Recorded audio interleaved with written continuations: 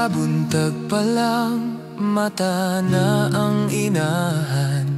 Sa hilom nga baryo, iyang lakang nagsugod na.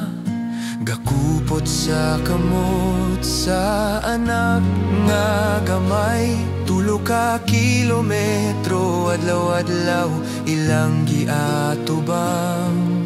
Bisan uga ang dalan, bisan lapok ug lisod, ang iyang kasing-kasing puno sa paglaom ug pagampo. Kay ang inahan mo subay bisan asa, kilometro sa gugma walay kapoy sa iya. Gihiusa ang paglaom ug sakripisyo para sa kaugmaon sa anak nga gihigugma niya gyud. O inahan, imong gugma dili masukod, bisan layo ang dalan imo gyung tiwason.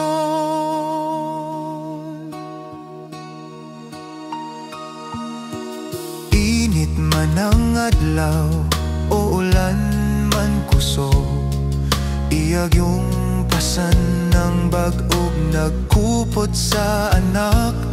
Sa iyang abaga, iyang protektahan, kay para sa edukasyon walay babag iyang likayan. Usahay maluyan na, usahay kapoy na kaayo, pero iyang pulong para sa anak padayon ko.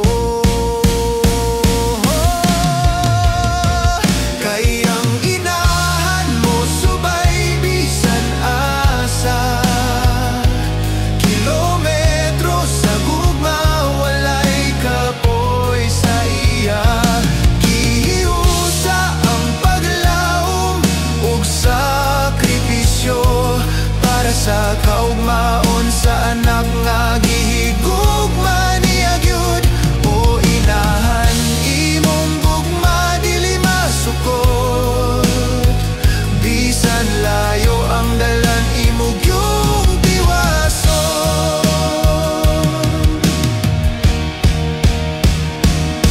Sa matag lakang iyang pangandoy nagadanag, matag pislit sa hangin iyan ang giampo ang anak.